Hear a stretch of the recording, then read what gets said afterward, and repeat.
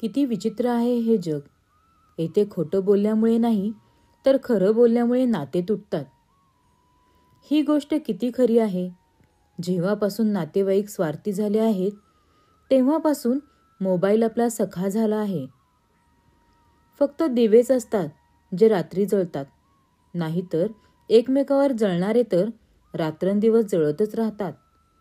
उपयोगी पडतील या विचारानेच अर्धे लोक नाते निभावत नाहीत. आयुष्याची एक खरी गोष्ट तुम्हाला माहीत आहे का? आयुष्य आनंदात आणि शांततेमध्ये जगण्यासाठी प्रत्येकजण बेचैन राहतो. न पूजापाठ केल्याने, न पाठ वाचल्यामुळे, ना मंत्रामुळे, ना तंत्रामुळे. लक्ष्मी घरी येते शुभकामामुळे. आशा आणि आधार माणसाला पांगळे बनवतात.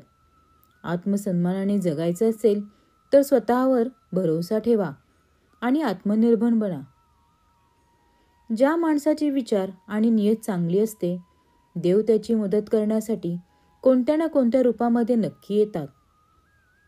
नेहमी लक्षात ठेवा की खोटं, धोका आणि बेईमानी तुम्हाला थोड्या वेळासाठी आनंद तर देतील, पण त्याची किंमत तुम्हाला भविष्यामध्ये नक्की चुकवावी लागेल.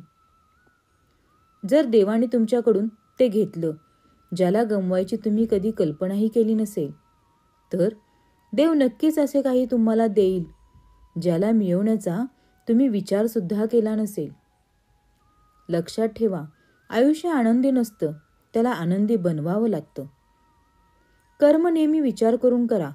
न कोणाची प्रार्थना वाया जाते, ना कोणाची हाय वाया जाते. तुम्ही फक्त पैसे कमवणे तर सुरू करा, मग पहा लोक तुमच्याबरोबर नातं जोडायला येतील.